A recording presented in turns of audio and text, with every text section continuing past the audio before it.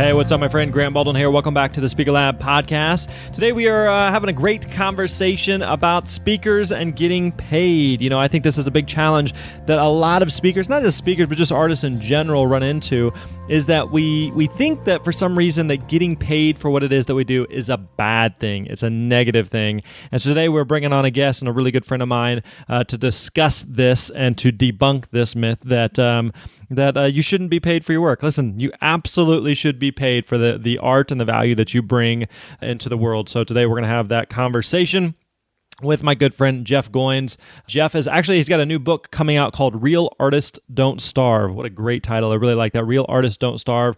We talk about that title. We talk about exactly what he means inside the book, but we dig into the topic of, is making money a bad thing? You know, as speakers, we want to help people. So profiting off of helping people can feel weird or, I don't know, maybe even slimy at times. So we talk about that. We talk about how do you overcome mental barriers of getting paid and not feeling guilty for it. We talk about, is speaking for free a bad thing? We dig into that as well. And then also, Jeff has got several free bonuses he's going to hook you up with, so make sure you stick around till the end for that. So let's get right into it. Here's my conversation with my buddy, Jeff Goins. Enjoy.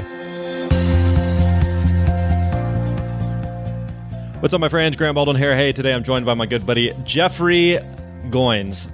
Dr. Jeffrey Goins? Mm-hmm. We're going to go with that. Jeff and I just spent some time in the Philippines together.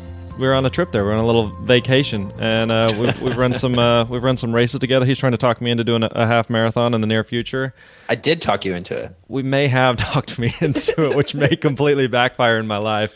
But Jeff lives here in Nashville, a great speaker, great author, and excited to have him hanging out with us. Jeff's got a new book coming out in the very near future called Real Artists Don't Starve.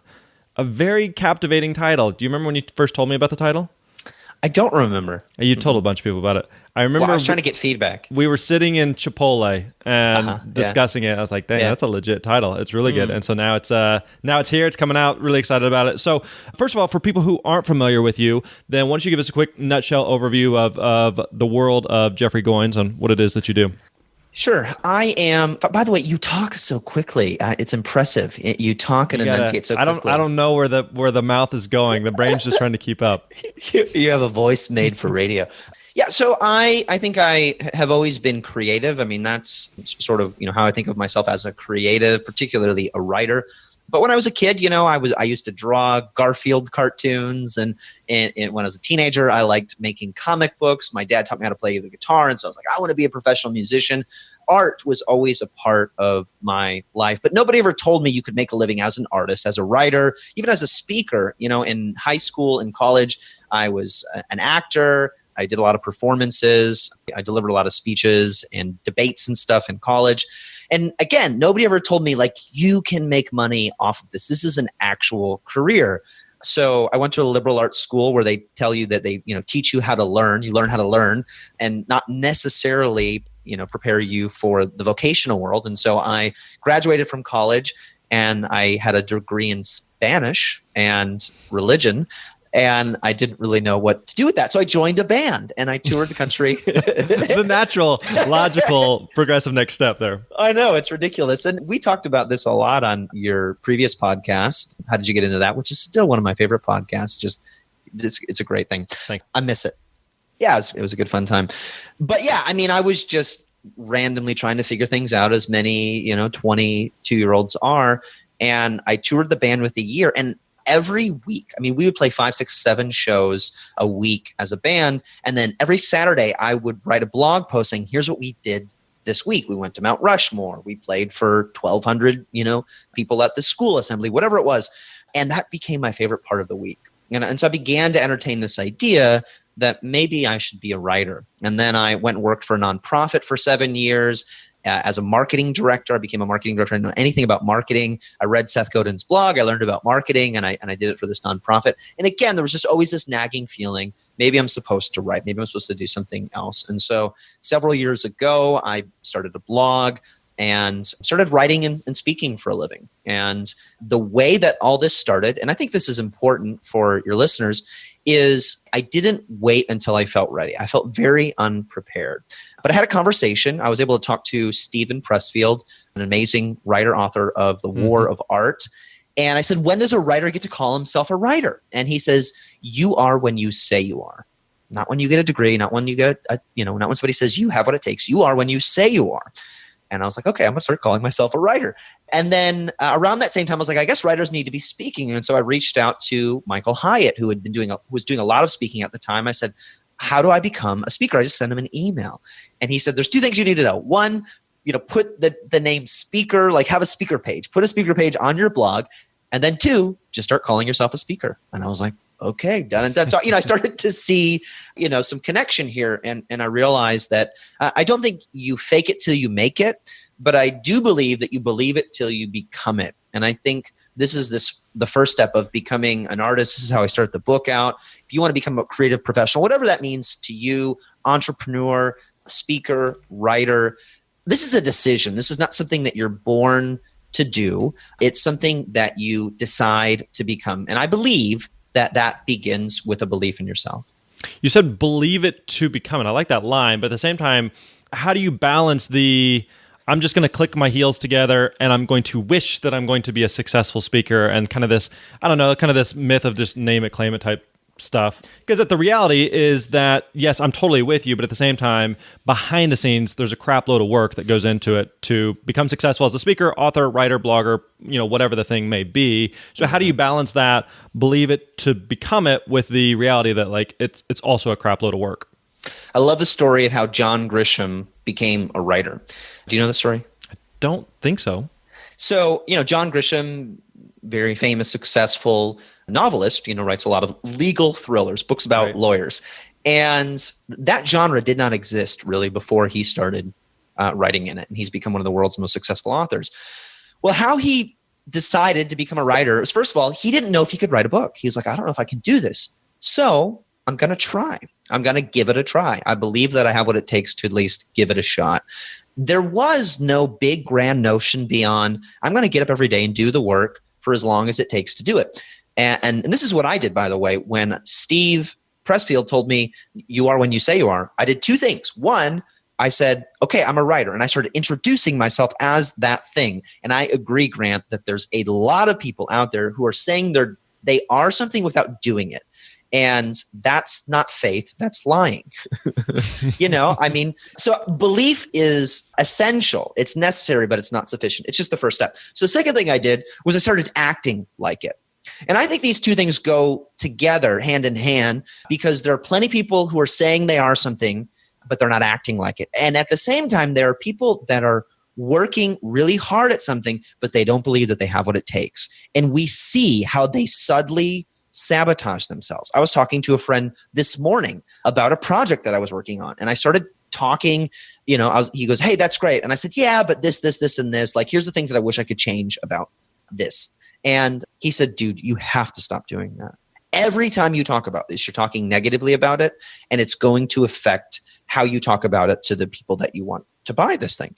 And I was like, this is true. I mean, the way that we think about ourselves and our work affects the work itself. That's why I don't like the word aspiring, wannabe, none of that stuff, because it kind of seeps into your work.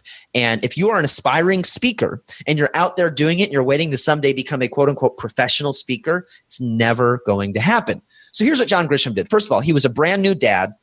He was a lawyer, busy guy, right? Lawyers work 70, 80 hours a week, some weeks, plenty of weeks. I have a friend who's a fledgling lawyer, and he's like, you got to pay your dues. And if you're not in there 70, 80 hours a week, people are looking at you funny just to keep your job. So what does he do with, a house full of kids and a very demanding job? He gets up an hour early and he goes into his practice at about 6 a.m., not ridiculously early, and he writes for an hour every day. And his goal is to write 1 page a day. He does this for 2 years. Then he publishes A Time to Kill, his first novel. It does not become successful. He publishes it with a very small press. It doesn't sell well. So what is he doing? Well, he keeps doing the habit. He liked that. It was fun. He realized he had what it took. And so he starts the next novel. Meanwhile, he purchases 1,000 copies of his own book and starts distributing it, doing his own marketing for it. The book starts to sell better and better and better. This does the same thing, another year or so later, the next book comes out, and this is The Firm. He's able to sell this book to a major publisher, becomes a mega bestseller, sells millions of copies. He eventually stops practicing law and becomes a full-time lawyer and invents this whole new genre. How did he do it? It took like 3-4 years of just getting up and doing the work every single day. So I agree. You cannot just go, oh, I'm doing, like I am this thing and I'm manifesting it someday it's going to happen. Well, what are you doing? I think you have to believe, then you have to behave, then you become. So I think a lot of people go, I believe, then I become. No, you believe, you behave, and then you become. And that's what it takes to be a pro. Is there a point, though, where along that way where if John Grisham is sitting there, and just to go with that analogy and story, if he's sitting there, like before he's ever written a word, and he's like, I am a writer, and then he spends the next 3 to 4 years spending an hour each morning writing, at what point does he feel qualified to say, yeah, I am a writer? Because I feel like that's the case with some speakers of going like, right. Well, I've spoken, but I haven't been paid to speak, right. Or I've spoke, but I haven't spoke to more than 100 people. As in, there's certain people think there's like these thresholds that you have to cross in order to be classified as a real speaker or artist. Right. Is that true? So this is what I learned from Pressfield, and I'd be curious what you think about it. If you are waiting to achieve something, and this is truly what I was thinking, because I was blogging, I was writing, I didn't have a book deal yet. I was getting paid a little bit for like one-off copywriting projects. I didn't call myself a writer. I didn't feel like I could call myself a writer. And I was like, when do I get to do this? Because I didn't know. Like, it's not like you graduate and you get a certificate that says writer. Now you have this degree that allows you to call yourself the thing. Same thing with speaker. Same thing with a lot of creative professions, including entrepreneur. Like you can go to business school and have your MBA and you're still not an entrepreneur. So I said, when do I get to do this? New York Times bestseller, get a book deal, sell 10,000 copies. Like, when do I get to do this? And he said, it's you. Like, it's on you. If you're waiting for somebody or something to happen before you can call yourself a speaker, you're never going to feel like you have what it takes. That's why I believe it has to come from you, and it needs to start at the beginning. So call yourself a speaker, start getting gigs. And if you are speaking, you are a speaker. Right? So now get better and find ways to, get paid more and more to do your craft so that you can keep doing it. But if you're going around saying, I'm an aspiring speaker, like nobody's going to want to book you. You know this better than anybody. Speakers who are speaking get booked to speak more, right? And same thing's true with writing. And so it really is, I think you just got to, it's like rolling a ball, rolling the snowball down the hill. You have to get it moving. I believe the first step is belief. Like, I believe I have what it takes, and so now I'm going to try. Yeah. No, I think there's a lot of truth to that if you're going to have the mindset of I am a speaker and I'm going to call myself a speaker, then it's so much more than just saying it and, like you said, just kind of like hoping I just put it in the universe and it comes. Right. But I have to then take on the behaviors and actions of, so what would a speaker do? A speaker is taking action on working on their talk, working on their craft, on finding speaking engagements, and working on their marketing material. So I can't just say I'm a speaker and then just sit back on the couch and hope it all happens. There's definitely the action element to it. So let's shift gears for a second. One thing I'm curious about is when it comes to speaking, I think I think this is true with a lot of art, that people enjoy the art that we do, the thing that we create and produce. It's something that's fun, that gives us life. So the idea of charging money for it feels almost dirty at times. Like, why should I profit off of helping people through my art, whether that be speaking or writing or whatever? It just feels weird. So talk us through that. How do we get over that mindset of it's okay to charge money for what it is that we do? Right. First of all, I think that you can be a starving artist in any field. And this is the argument of the book. And the reason I wrote this book is because I was tired of seeing very talented, very successful friends living in Nashville. You know what this is like, Grant. There's lots of musicians, lots of speakers, lots of writers, and lots of people, kind of coming up in the online business world. And there are really smart, really talented people who are not successful because they believe inherently that the thing that they have to offer the world is not valued by the world. Whatever it is. I mean, and you see this over and over and over again. You see this with writers. Well, I don't write self-help, therefore I'm not going to make any money doing this. Or with speakers, I don't speak about that. I don't speak about health and fitness or, motivational stuff or whatever the thing they think is that like everybody's paying top dollar for. It's always like, well, I don't do that, therefore I'm excluded from these opportunities and from, all the great advice that you give on this podcast. And so I believe that, being a starving artist is not a necessary condition of the work that you do. It's a choice. You choose to starve. And I know that sounds harsh, but in this age of unprecedented opportunity to share your work with the world, I mean, it's never been easier. I think this is especially true for writing. I don't know if you agree about speaking. It's never been easier for a writer to publish their work and get it seen by people without having to go through any gatekeepers whatsoever. Right. I think it's true for musicians too. It's never been easier for musicians to get their music out into the world and build a fan base practically for free. And I think it's true for speaking. This is certainly how I got my start. Go do a gig, get something on video. You teach this really well. It's very simple. Put that on a website and start hunting down gigs, and you will get booked. You don't have to have a speakers bureau. You don't have to have connections with the president. You don't have to be a 9/11 survivor, on one of the airplanes. Like, you can do this. So, first of all, I think you have to believe that what you have is worth charging for. Second of all, one of the rules of not being a starving artist is to not work for free. There's 12 rules in the book, and one of the rules is don't work for free. Do not make a habit of giving your best work away for free, because if you make a habit of that, you will never get out of that trap. And you and I both know very talented people who are struggling to make a living off their art because they just can't get past that. And I think it's just a choice. And first, you have to believe that your work actually has value. And then second, you just have to start charging something. I don't care what it is, $2 to get that ball rolling. And then as the demand comes in, you can charge more and more and more for it. I have a friend who's doing some consulting work right now for this organization, and he's doing it pro bono. He's doing it for free, which I think is admirable. And I said, hey, how's that going? He goes, well, it's not going very well because, I made these suggestions to them and they're not taking them. And I gave them all this, copy to put on their website and they're not using it. I go, why? He goes, well, they're really busy. I go, it's because they didn't pay you. Yeah. And you try to do something nice, but they're not valuing the work. A good friend of mine, a very popular speaker, told me a story one time about how, somebody who's making 25 grand a speech, how somebody paid for him to go speak at this event because they couldn't afford for him to have him come and speak. And so a very wealthy friend of this organization and of my friend, the speaker, paid 25 grand to have my friend go speak at this place. Friend gets on a plane, flies across country, gets off the plane. Have I ever told you this story? Maybe. Gets off the plane. I see where it's going. Calls the event, this is years ago, maybe decades ago. Calls the event, and says, hey, I'm here at the airport. And they go, oh yeah, we canceled that event. Yeah. He goes, oh, okay. And he said, I said, so what did you do? He goes, I got back on a plane. I flew back home and I tore up the check that my friend sent me. I didn't earn that. Yeah. And then I never took a gig for free again. So how do you balance it though, especially when you're getting started? And again, this is as a speaker, artist, writer, whatever.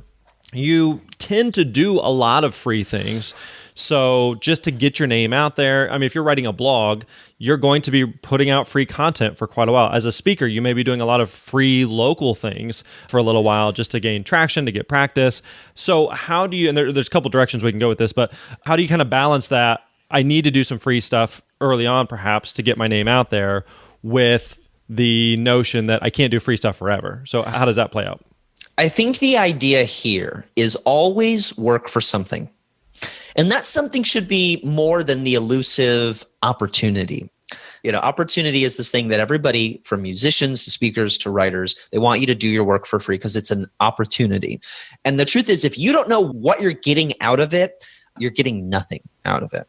So Grant, you may decide to, go speak at a friend's event. I went and spoke at a friend's event recently for free. In fact, I even paid my way to go to this event.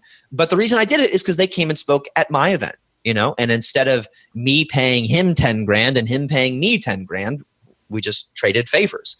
And so I'm not opposed to this. I think this is great. We live in this kind of barter economy where, you're helping one person, they're helping you, and you're doing it in a very smart and strategic way. And just, because you want to help friends. But when you're starting out, and people are reaching out to you saying, do this for free and do this for free and do this for free, I don't think it's a timing thing. I don't think you ever get to this point where you go, okay, now I'm legit and I need to stop working for free.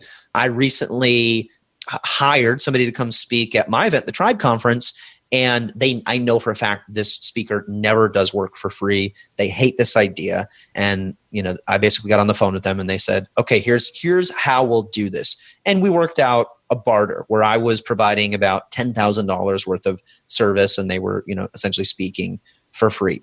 So I think the idea is always work for something. There was a study that I read a while ago about paid internships and unpaid internships. Super interesting.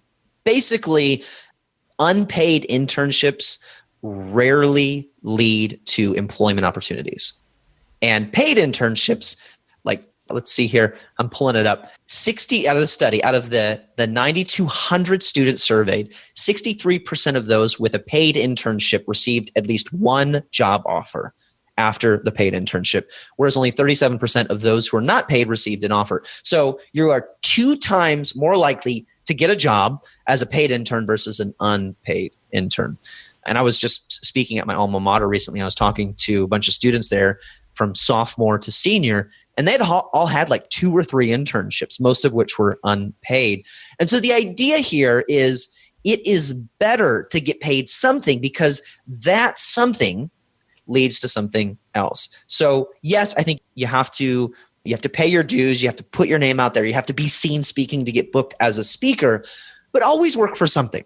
And maybe that something is, that there are 10 event planners in that audience. And I recently read this, maybe you told me this, I can't remember who said this, but in just about any audience, 5% of the audience are event planners or connected to somebody who's an event planner, unless it's like an event planning conference. Sure. So there's almost always somebody in the audience that can help you get booked for something else. But you have to have that mindset of this is who I'm speaking for. Or I think especially when you're starting out, you go, okay, hey, I'm going to do this for free. I'm going to speak at my church. I know you talk a lot about this, or I'm going to speak at the school or whatever, because they have a high quality $20,000, $30,000, $50,000 AV system. And you go, I'll do it. And normally I would charge X for it, just, whatever, $1,000. But I'll do it if you, for free, I'll waive my honorarium if you record it and let me have the video to use however I can. That's getting something out of it, right? That's getting, a $5,000 value out of it. And you're just sort of bartering. So always work for something and do not get into the habit. Do not set a precedent that you work for free, even if you end up, bartering this for that.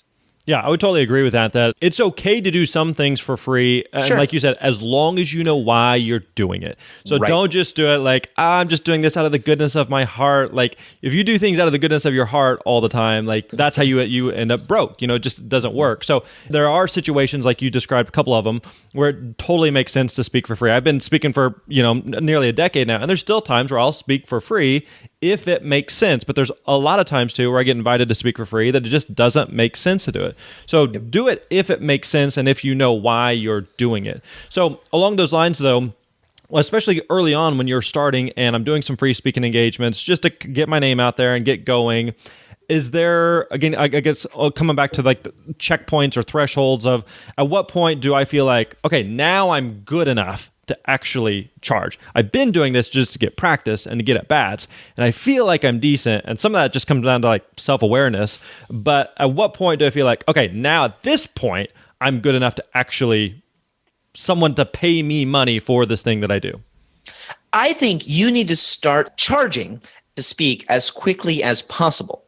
Now, if you pay $250 for a speaker, you are not expecting the same level of excellence or quality that a $25,000 speaker would bring. Right. So I think it's okay to charge a rate that feels commensurate with the value that you're offering at the level that you're at. But people are just scared to do this. And I think charging brings dignity to your work and it actually makes the work better. When I sit down to prep for a $15,000 speaking gig, I'm going, God, this better be good. And even when I do a free gig, which I still do too, out of the kindness of my heart, there's part of me who goes, well, I'm not really getting paid to do this. So how great does this have to be? Now, I try to shut that part of my brain out and think like a pro and pretend like I'm getting paid a bunch of money to do this. But the bottom line is when you get paid to do something, you're going to bring more of your A game. So absolutely. Number one rule is start speaking. And I know you harp on this big time. Don't wait for somebody to pay you $5,000 before you do your first speaking gig. Start speaking no matter what. Start practicing. Do what John Grisham did and show up every day and just start working your craft. Don't worry about who's paying attention or how much money you're making. Step two, start finding some ways to make money. And it's not as hard as you think. I recently spoke at my college, and this is the third time I've spoken at my college. The first two times I spoke to classes and these little, small on-campus organizations. And my wife's family lives 30 minutes from our old college. And so it's no big deal for me to drop in and just kind of share and help. This time, they paid me $4,000 to speak. What is the difference between the first two gigs that were free and this $4,000 speaking gig? I just asked. I said, do you have a budget for speakers? Because I knew they did. And they said, yeah, we could talk to such and such organization and they could sponsor it. And, we could do $3,500 plus travel and expenses. I go, let's just add the travel because we're already traveling, for Easter and just, what could you do? Oh, it would be $4,000. Great. So I just got paid $4,000 to go visit my in-laws for Easter by asking. I spoke at another event, a huge event. This was a $15,000 speaking gig. And they had 15,000 people there. It was in Las Vegas. There were 150 speakers there. And after the gig, I spoke for about 2,000 people. And I was in this long line of tables with my books, signing books and right by the bookstore. And there were all these other speakers. And I was standing next to this guy and we were talking and I realized he'd been speaking at this event for like 5 years. And I said, what do you get out of this? This was, at this point, it was my best paying speaking gig ever, $15,000. I was like, how do I get invited back for this? I really wanted to know. And so I asked him and he says, well, it comes down to reviews and, the reviews are really important. I've been speaking here 5 years and he just kept talking and he's like, I do it for the exposure and I get to sell a lot of books. And he had this, he sold a book and then he had like paid webinars and he kind of had this back end that worked for him. And then he just kind of mentioned in passing, he goes, well, because they don't pay you. And I go, oh, okay, yeah, sure. Like I just didn't respond well to it because he just looked at me and he's like, did they pay you? And I said, yeah. He goes, oh, okay. And the difference was I asked. So, and so just ask, do you have a speaker budget? And they'll say no, but then you may say, well, okay, I really don't do gigs for free. And I understand if you don't have much of a budget, but I need to at least get paid $250 for it to be worth my time. And they'll go, oh, we have that. Or no, we don't. And at that point, you get to decide. And it's okay to decide I'm going to do this for free. But so many people, as you know, Grant, that's scary. They don't even ask. Right. And when I started speaking, I realized I could get to that $250 a gig level pretty quickly. Totally. I did one gig, I recorded it. I did another gig because I knew there were event planners there. And then I started charging $250 a gig. Then I got up to $500. And within less than, first 6 months, I was doing at least $1,000 a gig. Yeah. Yeah. I mean, it can definitely scale up very, very quickly there. And I think that's and even to the point of even what we've been talking about in that situation where you're talking with that other speaker, he may have been doing it for free, but he may have also had in his mind of, yes, I'm doing this for free, but I know why I'm doing it. And like you said, he has some other things on the back end that may make sense for him to do for free. I mean, I know you and I, in an online world, we do a lot of free webinars that oftentimes lead to paid programs that we offer. So even though like on paper, we're doing it for free, it may lead to something else. So again, I think it all comes back to like, if you're going to do it for free, you need to know why you're doing it and have a valid reason and not because the client said you're going to get exposure. But if it's exposure, but to the wrong type of audience or to not the type of people that you want to be in front of, it doesn't do you anything. So you have to know why you're doing it. It has to make sense in your business. Right. And if you want to be generous, meaning give without any expectation of reciprocation. And if somebody goes, well, if my church asks me to come speak, I don't want to get paid. I want to donate that service because I want to give to my church and I don't expect to receive anything. But so many times we do gigs for free and we know that our work has value, but we're afraid to ask for it and we're mad or we're frustrated. And I'm a big proponent of this. Don't be giving away your best work for free and people are profiting off of that. Event planners profit, off of paid events. They profit off of you coming and offering your gift, which takes time and money to develop, for free when you yourself are starving. That just doesn't work. You need to take care of you. And then once you've taken care of yourself, you're making a living off your art, you want to go do a gig for free out of the kindness of your heart because somebody can't afford it. You know it's going to bless them in some way. Then do that. But do that with the right motives, not I'm doing this and I hope it turns in. They told me to turn an opportunity, and then you just get madder and madder. I see this with musicians all the time, especially in Nashville. It's hard to get a paying gig in Nashville because there's so many people here. The supply is so big that, it's like, well, we could just find somebody else. And everybody's throwing around opportunity. I met this musician from Minnesota who was making over $100,000 a year as kind of this no-name musician, just doing local gigs, $2,000, $3,000 a pop, playing bars and local shows.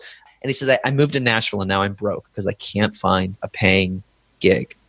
Do it for the right reasons, not because you think it's somebody told you it was an opportunity and you don't know what that means. Right. All right. June 6th, Real Artists Don't Starve is coming out. Make sure you check that out. We've just scratched the surface here. And in addition to the book coming out on June 6th, I'm going to tell you why you need to get it early, right? I'm going to have Jeff tell you why you need to get it early. So we actually set up a site, thespeakerlab.com/artist, thespeakerlab.com/artist. And so if you go there and order the book, The Real Artists Don't Starve, before June 6th, they got to do it before June 6th, right? That's right. Mm-hmm. All right. You're going to get three different pre-order bonuses that Jeff put together. Walk us through what those bonuses are. Why should I order before June 6th? First thing you're going to get is the transcripts of all the interviews I did. I interviewed working, thriving artists from all industries: music, visual arts, writing, speaking, business. Art to me is anytime you're sharing your gift with the world, particularly in a creative way. I interviewed hundreds of thriving artists and I share, those interviews with you. You get that as a free download. You get access to me and a community of other thriving artists in a private Facebook community where you can ask me anything, particularly during this launch. And the biggest thing is you get an online course, How to Make a Living as a Creative Professional. It's a 12-part video course that I teach. It's $100 value. You get it absolutely for free. This will go on sale after the book comes out. You get it free if you pre-order the book through Grant's link. Awesome. So again, thespeakerlab.com/artist, thespeakerlab.com/artist. Pick up Real Artists Don't Starve, coming out June 6th. It's going to be awesome. And listen, I'm not just saying this because Jeff is a friend, but this will be your fifth book? Fifth book. I've read a couple of Jeff's books before. He is an amazing author. He's an amazing speaker. And so I'll say this. Sometimes, you read people or you admire people from a distance, and then you get to know them behind the scenes. You're like, oh, they turned out to be not what I hoped. But Jeff is an amazing guy. We spent a lot of time together. Every Monday, Wednesday, Friday at 6 a.m., we hang out at the gym and pretend to lift weights. And Jeff is just an amazing guy, book format and as a speaker, but also just as a human. So definitely pick up Real Artists Don't Starve. So, Jeff, thanks for the time, buddy. Appreciate you. Thanks, Grant. All right, there you go. Hope you enjoyed that conversation with Jeff Goins. Really great stuff, huh? Again, I hope that reminds you and makes you think that you are bringing value into the world with your speaking, with your message, with your books, with your materials. And so there's absolutely nothing wrong with being paid for that, with charging money and receiving value for the value that you are providing. Now, like Jeff mentioned, he's got his new book, Real Artists Don't Starve. In fact, I've got an advanced copy that I checked out. Really strong stuff, really good stuff from Jeff. Anything he writes is always really, really good. So I definitely encourage you to check out the new book, Real Artists Don't Starve. And then also, again, go to thespeakerlab.com/artist. Again, that is thespeakerlab.com/artist. There you're going to find those 3 pre-order bonuses that Jeff mentioned if you pick up the book before June 6th. All right. So depending on when you listen to this, you may have a couple days, couple weeks, you may have a couple hours. So make sure you jump on that again. Stop by thespeakerlab.com/artist to pick up Jeff's new book, Real Artists Don't Starve, and then those 3 pre-order bonuses. All right, my friends, that wraps up today's episode. We'll catch you next time. You're awesome.